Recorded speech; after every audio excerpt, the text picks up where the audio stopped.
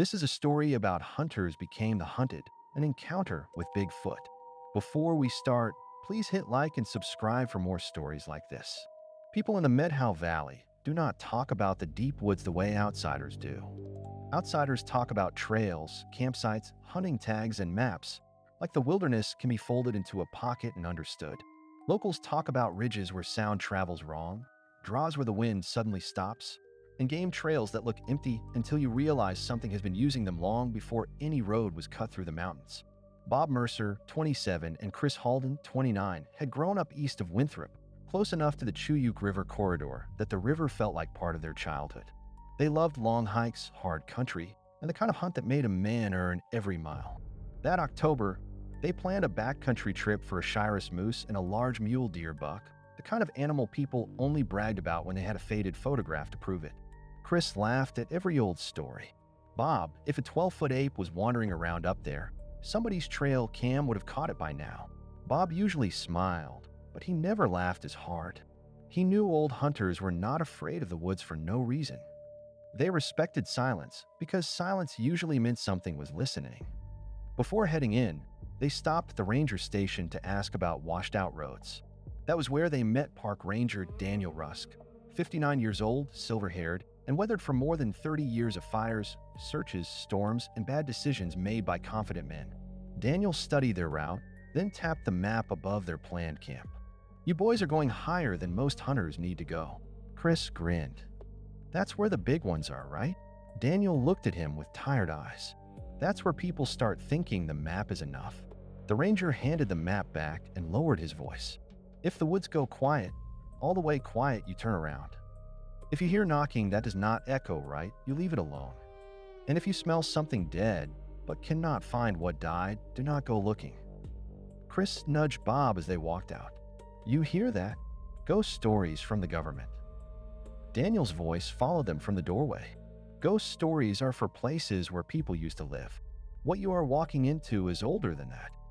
They laughed about it in the truck because laughing made it smaller. By sundown, they had left the last good road behind, and by nightfall their camp sat under black timber, with the Chewuch murmuring below them like water speaking through its teeth.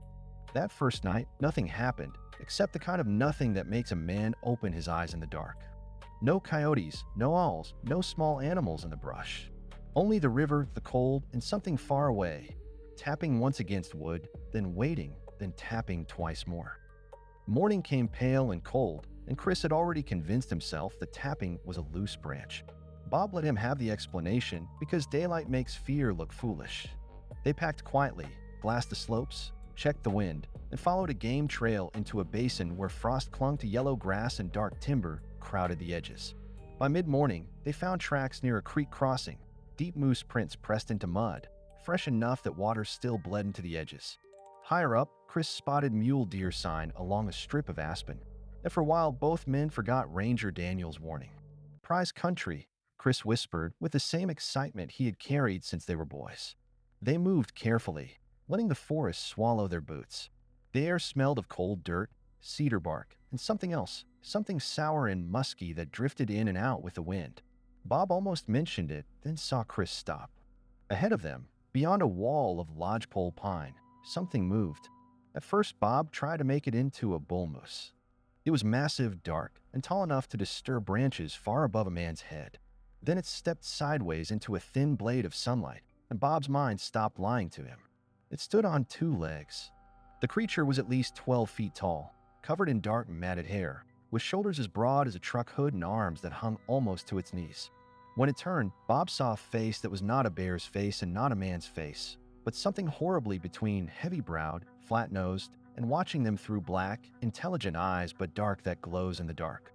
Chris made one tiny sound, barely more than breath. The Sasquatch creature stopped. Bob felt, with sick certainty, that it had not heard them by accident. It looked directly at their hiding place, through brush, through shadow, through every foolish hope that pine trunks could make them invisible. Chris whispered, "Bob, it sees us." The Sasquatch creature tilted its head, opened its mouth, and made a sound no human throat should have been able to make. It started low, like an elk call dragged through stone, then rose into a pulsing scream that vibrated inside Bob's ribs. It was not just anger. It sounded like a warning or a signal or a command. Somewhere higher on the ridge, something knocked multiple times in answer. Chris lifted his rifle. Bob grabbed his sleeve. Don't. But panic had already taken over. It's coming at us, Chris whispered, and then he fired. The rifle shot cracked through the basin. The round struck the creature high in the left arm, and dark blood sprayed across pale bark.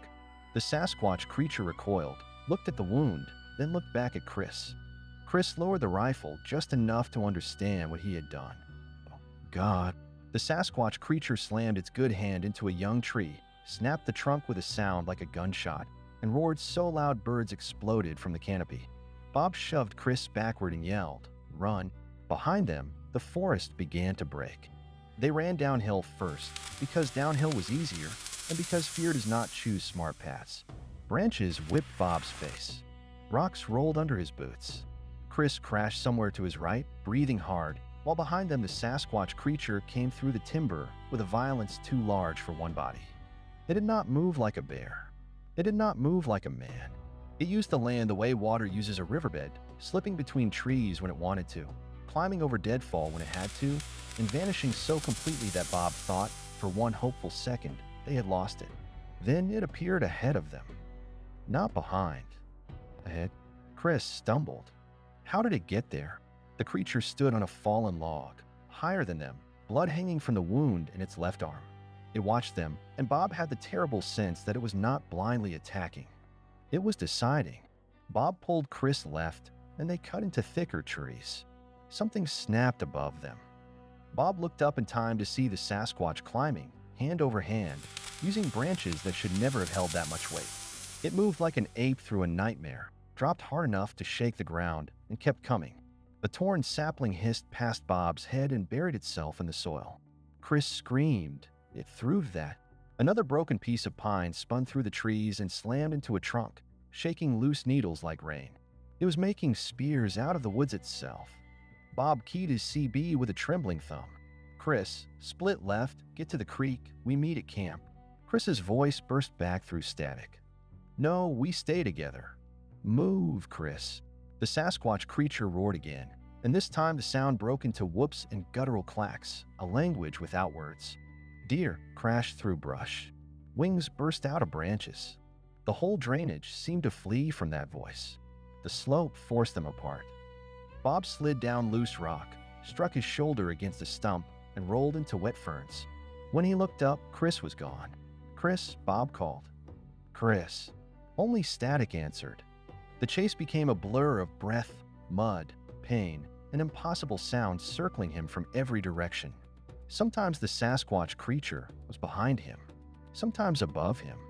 Once, from across the drainage, Bob heard Chris fire 2 shots, followed by a scream that cut off so suddenly the silence felt alive. By late afternoon, clouds folded over the mountains, and the light began dying early. Bob crawled under a rock overhang, shaking so badly he could barely unzip the satellite phone from his pack. When the emergency line connected, his voice cracked. "This is Bob Mercer," he said. "I'm near the upper Chewuch drainage. My hunting partner is missing. Something is chasing us." The dispatcher asked what kind of animal. Bob closed his eyes. Before he could answer, something knocked once on a tree above him, then twice on another tree farther away, then 3 times so close that dust fell from the rock over his head. Bob whispered, "Get Ranger Daniel." Ranger Daniel found Bob after dark, not by luck, and not because Bob was easy to find. He came in from the north, alone at first, moving with a red-covered headlamp and a rifle carried low. When Bob saw that dull red light sliding between the trees, he almost cried out, but Daniel raised one hand and shook his head. "Do not speak." Bob crawled from the overhang, soaked, shaking, and ashamed of how badly he wanted to be a child again.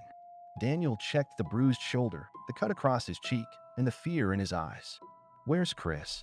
Daniel asked, barely louder than the river. Bob swallowed. "We split up. He fired shots. I heard him scream." Daniel's jaw tightened, but he did not look surprised. That was when Bob understood that the old ranger had not told him everything. A long howl rolled from the ridge above them. It was lower now, almost mournful, but threaded with anger. Somewhere in that sound, Bob heard the rhythm of the creature's wounded breath. Daniel whispered, "You hit one?" Chris did. "Left arm." Daniel closed his eyes for half a second. "Then it is not hunting anymore. It is teaching."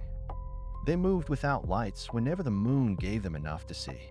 Daniel knew the drainage by memory, knew where the creek bent, where the deadfall gathered, where a terrified man might run if the forest had stripped the sense from him. Twice, Bob thought he saw huge shapes slipping between trees beyond the range of sight. Once, high above them, branches bent under something moving without sound. Near a stand of aspen, Daniel stopped and listened. At first, Bob heard only water. Then the CB on Daniel's vest crackled. Chris's voice came through, broken and small. "Bob, I'm by the creek. I can see camp.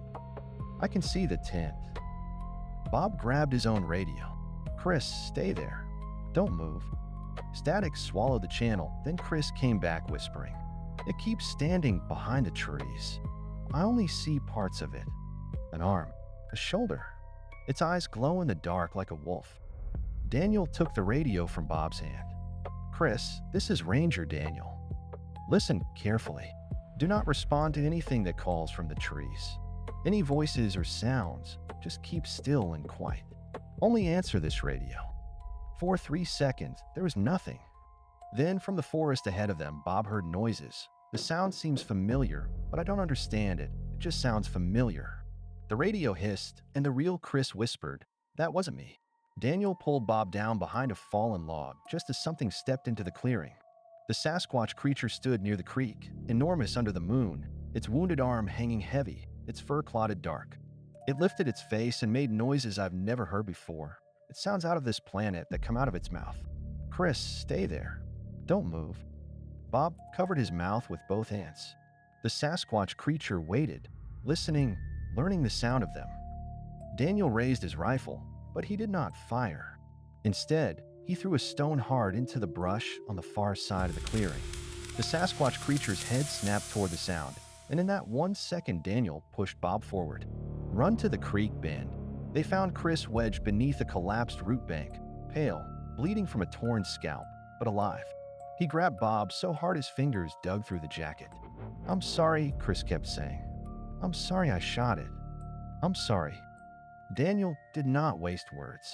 He led them down through the creek for almost a quarter mile, because water hid their scent and softened their tracks.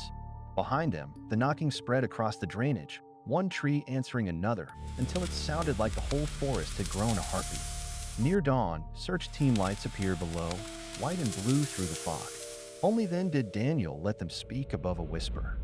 Only then did Bob realize he had been holding his breath for miles. At the trailhead, Chris looked back once.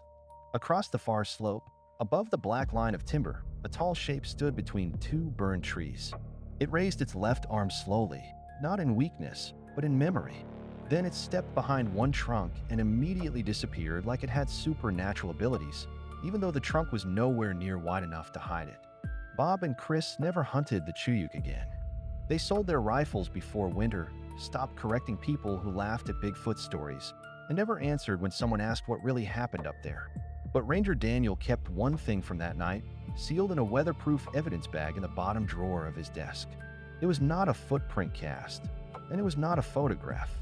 It was a splintered spear of young pine, 7 feet long, broken by hand, darkened near the tip with Bob's blood from where it had missed him by less than an inch. Every October, Daniel takes it out, checks the old stain, and listens to the woods behind the station.